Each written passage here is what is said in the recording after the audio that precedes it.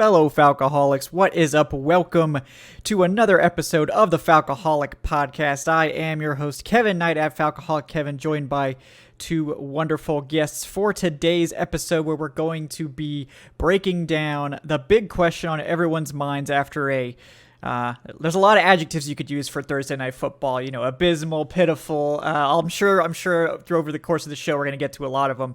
We're going to be talking about the Desmond Ridder question because it's become especially relevant as of late. Everyone's talking about it, including Arthur Smith, because everyone keeps asking him about it. So it's the topic on everyone's minds. I wanted to get a lot of opinions on it. You guys heard from me immediately after the game.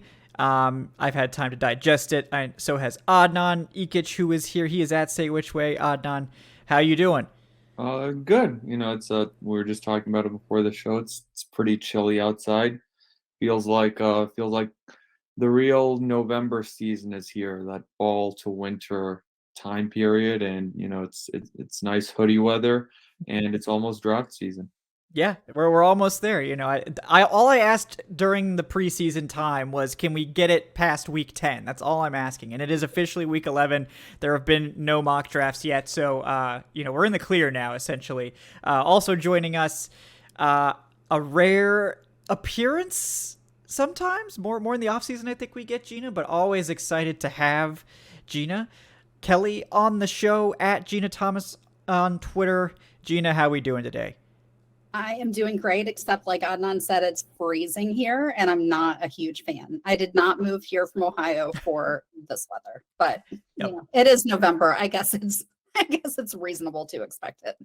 Yeah, it did hold off for a long time, the cold, especially here in New York. It was like 70 for several days last week, which is very unusual, but it has arrived. Like we were talking about before the snow, I'm probably going to get like 1 to 4 inches of snow tonight here in Syracuse, so winter has come. Yes. I would honestly be way more worried if it was in the 70s right now, but that's for the climate change podcast. Yeah, we'll save that for the existential dread pod coming this offseason. So we can fill a lot of pods with that, I imagine. But yes, the topic of today's dread, of course, is the quarterback situation in Atlanta, which has deteriorated rather quickly. And I figured we'd sort of start off sort of recapping what we thought about this quarterback situation going into the preseason training camp time. Obviously, there was a lot of upheaval in Atlanta with the Deshaun Watson fiasco, then the trade of Matt Ryan and subsequent signing of Marcus Mariota, then the drafting of Desmond Ridder, and that sort of brought us to where we are today. Obviously, a lot of change for a team that had almost no change at quarterback over a decade's time. And I'll go to you first, Jeanna, because I don't remember exactly what your take was on it, but going into this season, what did you expect from Marcus Mariota, and did you expect to see Desmond Ridder at some point this season? I did. So first of all, on Mariota, I liked the signing at the time. I think that the Falcons put themselves in a really kind of a predicament with the whole, like you mentioned, the Deshaun Watson fiasco, and then having to trade Matt Ryan to the Colts. And so what they really needed was a stopgap guy. They were not in a position at that point in time to bring in somebody who could be a surefire franchise quarterback type because of the cap situation. So I think like with what they could afford and what they really needed in a quarterback going into the season, I think that he was a good call. I think that he is a good leader. I think that he is somebody who can, mentor a rookie and help them adjust to the professional level. But I also felt like we have had ample opportunity to see who Mariota is, not who he is as a person, but who he is as a player over the course of his 8 seasons in the league. And, so from that perspective, I haven't been surprised by anything that we've seen from him. I think that he has basically always been this player since he's been in the NFL. And so, and I was hoping that he could just kind of, help the team get by until Ritter was ready to start. I talked to Roddy White before the season, and he was very, very high on Ritter. And he told me at the time that he was going to be surprised if Ritter wasn't starting by like week 5. And Roddy was basing that on seeing him perform and practice in person and conversations with the coaching staff. So I was like, I think that by midseason, this guy is going to be starting. And then here we are. Marcus is not getting any better, and Ritter is still on the bench. And so, I also feel very strongly that some teams push rookies out there before they're really ready. And there are a lot of components about, being a quarterback in the NFL that it's a really big learning curve for rookies. So I think that a lot of guys, their development gets derailed by being pushed into a starting position too early. So that's, one thing that I think is a valid reason to hold back. But, at this point, I just don't see what they have to lose. Yeah, I agree. And we're definitely going to get into more of that, as well as our sort of opinions on what's transpired and what we're hoping for from Ritter. But I definitely agree with you. I think that in my eyes, Mariota was always here to be sort of a shepherd, to usher in Desmond Ridder eventually, but to basically just keep the offense functional and watchable. And to his credit, I think he absolutely did that for the better part of this first half of the season. I think it's really just the last 2 games that the wheels have sort of come off. But I think he deserves credit for keeping this team as a top 10 scoring offense up until this last week. I think yeah. And the other thing is, those last 2 games were within 5 days of each other. And so I think that, like, Arthur Smith did mention that yesterday, like, people do get riled up when you lose 2 games in 5 days. But when you do have to play a Thursday night contest, that's such a quick turnaround. And I think that that's, so he looked really bad in that game, but the weather was bad. It was a very quick turnaround. So, those are all factors too. Yeah, absolutely. Thursday night games tend to be exceptionally sloppy on offense. We know this over many, many years of Thursday night games. So probably accentuated what we've already known were Mariota's weaknesses with the short turnaround. And of course, the Panthers probably being pretty inspired to hand the Falcons an L, considering that they definitely should have handed them an L a couple weeks ago and were, robbed of doing so by their kicker, who was noticeably better in this game. But before we move on to the more specifically about Ritter, Adnan, I wanted to give you a chance to let the people know what you sort of thought going into the season about Mariota and potentially when you'd see Desmond Ridder come in. Well, before I start, I'd just like to say that this is why I love doing these podcasts with Jeanna. You can tell she's an industry professional. Did you notice how she just casually slipped in there of, oh yeah, I was just talking to Roddy White, before the season. No big deal, just hanging out, Yeah, just calm, casual, just as if that just happens like all the time. I was expecting basically what we got from him, which was, stopgap backup level play from Marcus Mariota. And I think that for the role which he was brought into, he's done overall a good job. He's, other than some bad throws here and there, he's limited the turnovers for the most part. He has thrived in the chaos of a bad pocket, and at ad-libbing some plays that should have gone down as losses that a rookie and most other quarterbacks could not have ad-libbed. He's done a great job with his legs. He's given the Falcons that dual rushing offense, and he's made defenses have to respect the run game even more so than what we've seen in the past few years.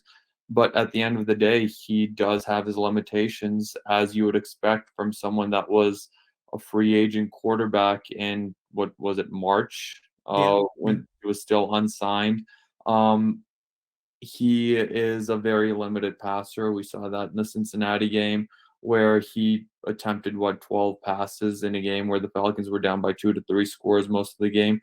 The recipe for beating the Falcons is a bit too simple for my liking, which is basically, stack the box, force Marcus Mariota to beat you deep. That's why Tyler Algier and Caleb Huntley, who have the most carries on this team, have each faced the stacked box, are each in the top 5 in the NFL in facing 8+ defenders in the box, percentage-wise, still, even after that Thursday night game. Mariota has not been able to beat many teams deep. He does have some nice deep shot, like that throw to Damiere Byrd was great against the Cincinnati Bengals, a 75-yard touchdown. But those plays have been very far few and way too far between. I think it has the fourth highest inaccuracy percentage or bad throw percentage, according to Pro Football Reference. Carson Wentz, Cooper Rush, and Zach Wilson are the only quarterbacks who have worse bad throw percentages. Kyle Pitts leads the league in uncatchable targets. 30% of the targets going Kyle Pitts' way have been uncatchable, which is by far the most in the NFL. Drake London is also top 10 in that stat. He's 9th. So essentially your two best weapons, who are both top 10 picks, who are supposed to be, these all elite, this all elite tight end and this great young wide receiver, are essentially being neutralized for the most part by your own inept quarterback play. And none of this is really Marcus Mariota's fault, because we knew what he was going into the season. It's not fair to expect, Matt Ryan level play from the past few years from Marcus Mariota. It's not fair to expect him to be at a Pro Bowl level or to even lead this team to a division title. He is what he's paid for. He's a stopgap mentor, aging veteran journeyman quarterback. And it's time that we treat him like one, and it's time that the coaching staff sort of treats him like one. And the fact that the Falcons are now 4-6, it's time to pull that trigger and to go to your young player. Thank Marcus Mariota for giving Desmond Ridder 10 extra weeks of practice and for making this team, look, reasonably competitive in those weeks outside of, that disaster on Thursday. But you're not really winning with Marcus Mariota, and you're not really.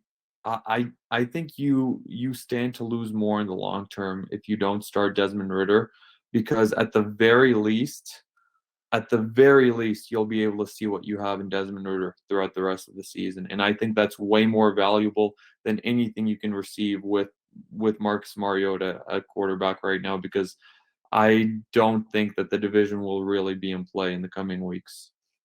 Yeah. No, I agree with everything you said, and I think that's the calculus, I think, at this point for Arthur Smith, is that he believes this team has a realistic shot at the division title still. And in terms of mathematically speaking, he's correct. I think 538 gives the Falcons like a 17% chance of making the playoffs. So that is a roughly a 1 in 5 chance. That's not nothing. I don't blame him for wanting to make the playoffs, because look, this is his job security on the line. Like, if he makes the playoffs this year, that buys him significant job security that I think he's safe next year for the most part. But if the Falcons look terrible next season, he's definitely going to be on the hot seat. So like, getting a winning record, getting to the playoffs certainly would help things for everyone. But I think that, and I don't want to speak for Jeanna, but I have a feeling Jeanna feels the same way, is that this team is not a realistic playoff contender. And another loss in this next 3-game stretch, I think, effectively eliminates them, even if it doesn't mathematically eliminate them. Like, one Falcons loss plus one Bucs win effectively eliminates them, because it puts them 2 games behind the Bucs, and probably effectively, they're 2.5 games behind at this point. Probably worse than that, considering that the Bucs actually have a winning divisional record, and the best that the Falcons can do right now is get to 3-3 in the division if they were to win out their final 2 division games. So things are not stacking up well for the Falcons to make the playoffs. And if the playoffs are no longer a realistic possibility, then the tenor of your season changes and you shift more to an evaluation sort of mode. That doesn't mean you throw games or you try not to win. I think they definitely will continue to try to win games, but it does change how you sort of approach things. And I agree with what Adnan said there about, we need to see Ritter and evaluate him and get him live game reps, because there's no substitute for that. You could talk about practice all you want. It doesn't replicate when the bodies are flying around and you have to go up against NFL starting defenses, which Ritter has still not had a chance to do. So I agree with everything Adnan said. But Jeanna, I did want to give you a chance to weigh in too. Why do you think now is a good time to move on from Ritter? move on to Ritter. That would be sad if we moved on from Ritter without even playing him. So why do you think this is the time? Because I know in our article that we published on Tuesday on the Falcoholic, you were calling for him for them to have already made this switch. So explain to the people why you feel so strongly about Ritter getting on the field as soon as possible. I just think that, obviously Mariota is not the future of the position for the Falcons.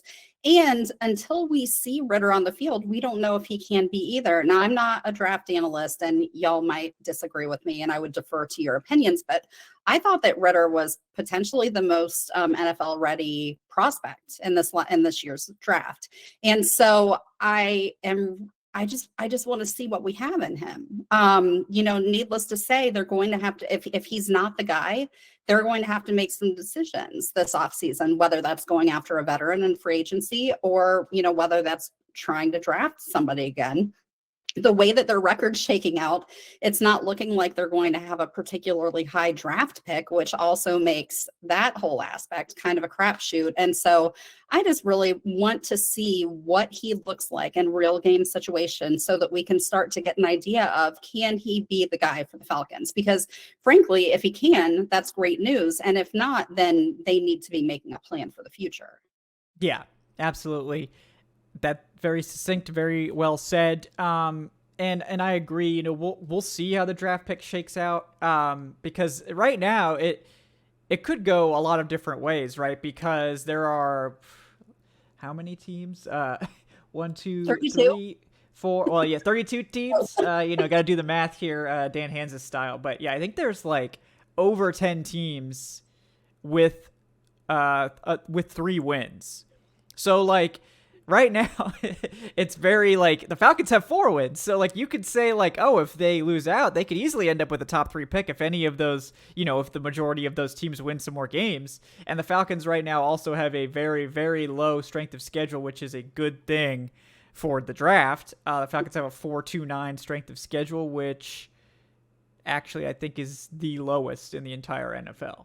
And it is. It is. So they will, quote unquote, win a tiebreaker with any other team with the same record because of their low strength of schedule. And that will obviously change by the time the draft rolls around. But the fact that it's this low now probably means that it won't get into the upper echelons of the strength of schedule calculation. And, it really depends on how the season goes. If they win 2-3 more games, they're picking in the teens. If they win 1 or 2 more games, then they're probably picking in the top 10 again. So we'll see. But either way, they're not picking in the top 3, which is where you would need to be to get CJ Stroud, Bryce Young, that top of the class. And I don't think this is the type. I mean, maybe they would consider a big trade up if they really love those guys. I sort of feel like if they're going to make that sort of move, it's probably for a veteran like we saw them try to do unsuccessfully, thankfully, earlier this offseason. But, I've floated the Lamar Jackson thing a lot. I think if he were to become available, it would be stupid not to at least kick the tires on that, but we'll see. But again, we need to see what Ritter offers to find out if that's necessary. And even if Ritter looks promising, maybe you still go all in for Lamar Jackson because it's Lamar Jackson. But right. But, from a team building perspective, you're in such a better position if you have a quality quarterback on a rookie deal. It just allows you to add enough talent around him to be successful. And so like ideally Ritter is the guy, but until we get to see him play in real game situations, there's just literally no way for us to know. Yeah. And you're right. I mean, I evaluated Ritter as the most pro-ready of the quarterbacks. He was my quarterback 2. I did have Malik Willis higher long-term, but certainly not. Like, I was like, Malik Willis needs to sit at least a year, maybe 2. And we've seen what Malik Willis looked like when he got on the field. And he's just clearly not ready, and that's sort of what it is. But Ritter, I think you could expect to play better than Willis has, certainly. Would he be playing better than Mariota has? I don't know. And I don't think any of us are claiming that Ritter's just going to come in and be better. I don't think we know that. We're not claiming to know that. But it's more about the evaluation and, like, we need to know. And maybe he does play better because there's certainly a chance that he could, particularly as a passer, where we've just seen that Mariota is, for whatever reason, limited. And it doesn't appear to be like a physical limitation, because I think we've seen his arm is pretty good. Like he's usually overthrowing the deep shots, which is not something you get when you have a poor arm.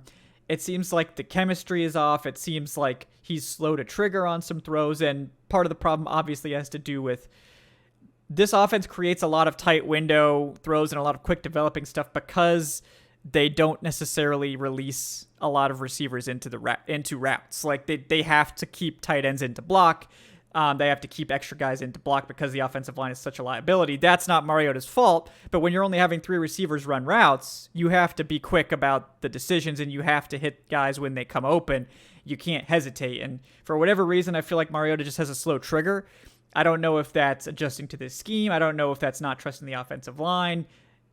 Whatever it is, I don't think it's a processing speed issue, because we've seen how quickly he processes in chaos. Like bad snap, he's almost down, and then he goes and makes something happen. It's not, I think, a processing speed issue. It's more complicated than that. But whatever reason, he's not, I think, a great fit for what Arthur Smith needs this offense to be, which is you have to make decisions really quickly. You have to trigger quick on these throws, and it's just not happening. But and go ahead. Yeah. That part of the reason that Smith ended up benching Mariota in Tennessee for Ryan Tannehill I think that this was part of the reason. So it's not like Smith didn't know exactly who he is as a player coming into this. But the other factor is the stats that Adnan mentioned about Drake London and Kyle Pitts really being underutilized is just such a waste. And so that's another reason I would really like to see Ritter, because, like you said, we have no way of knowing if he can be better than Mariota. I feel like he would be better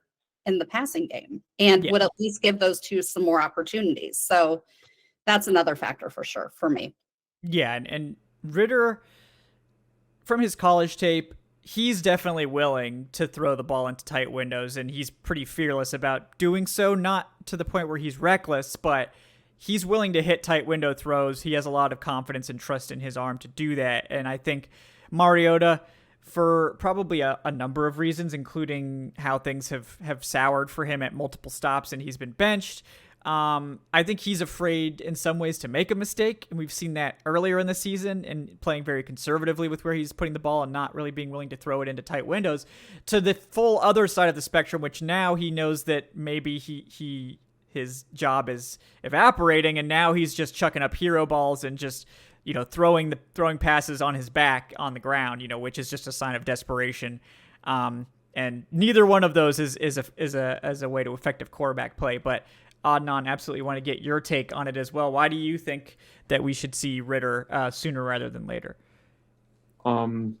Basically, it can't really get much worse when it comes to the passing game.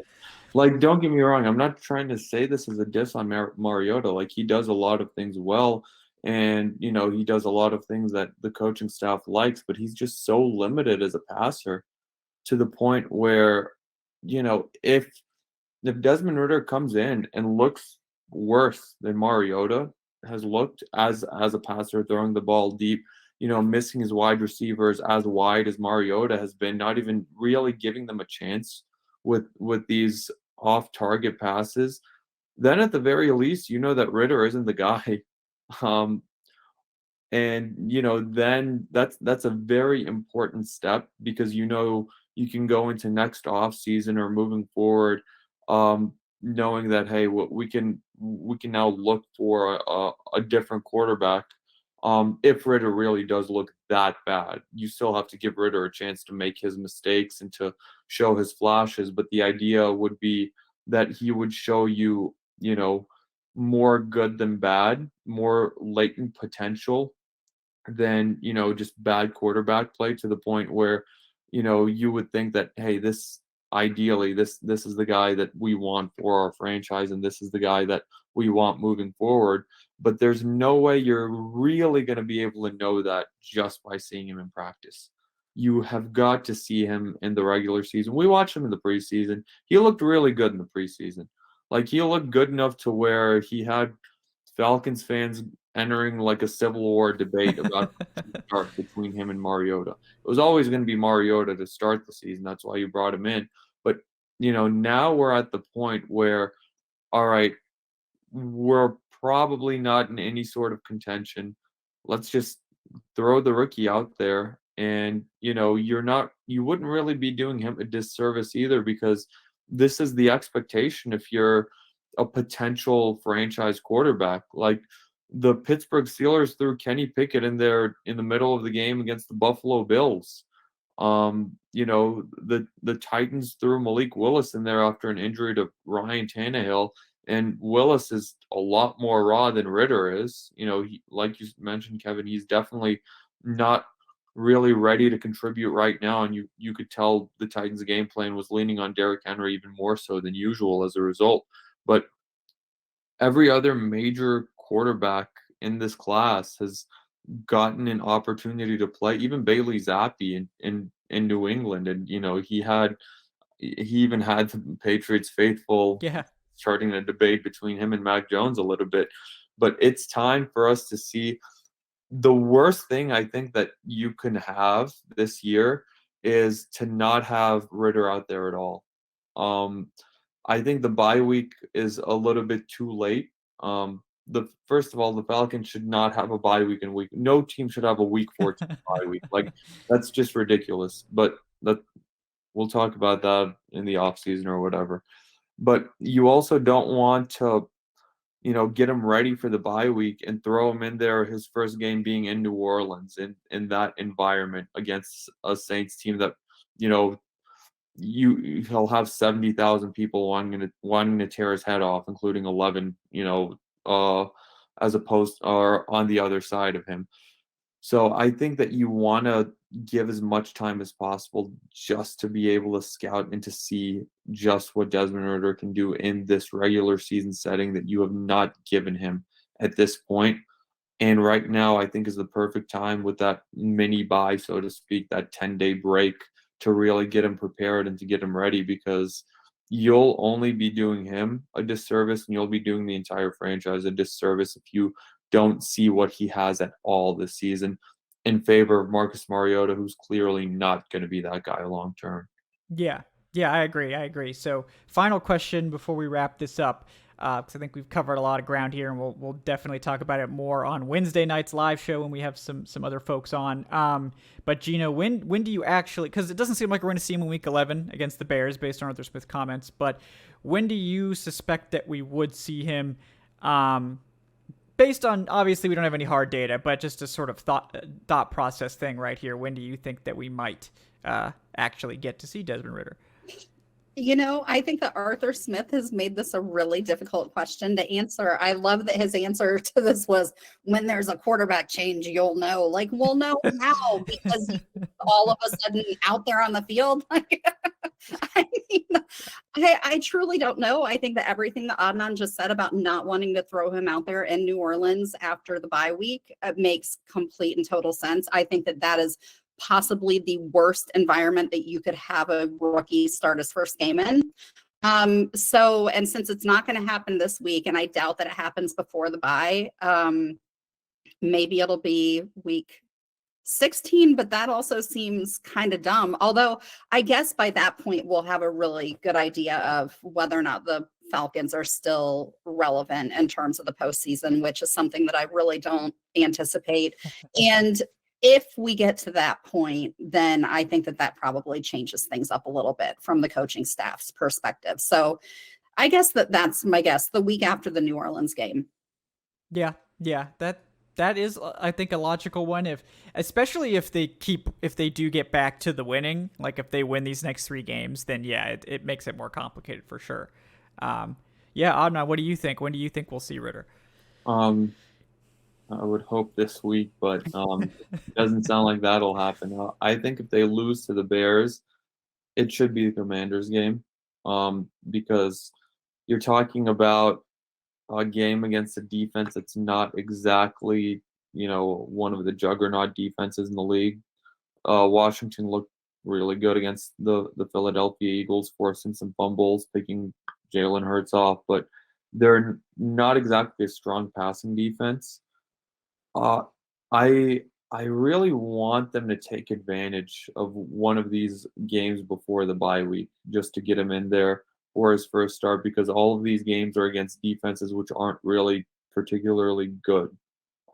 It's different when we were talking about the 49ers game, even with their injuries, or the Buccaneers, but I think you want to give him as much of a chance as possible to give him a bit of a head start, and you don't want to throw him in there against one of these incredibly elite pass rushes or elite secondaries.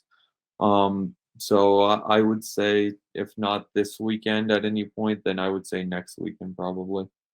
Yeah, because it just seems like, and they put out the official depth chart or whatever, quote unquote, today, and it did have Mariota as the starter. And I think based on what Arthur Smith said, it's not going to be this week, but I sort of think the next loss, especially if it's combined with a Bucks win, is probably when they make the switch. Now I think if the Falcons win the next 3 going into the bye, they'll have a winning record at that point. That's the only scenario I could see where, okay, maybe they play this out with Mariota because they've gotten a winning record finally.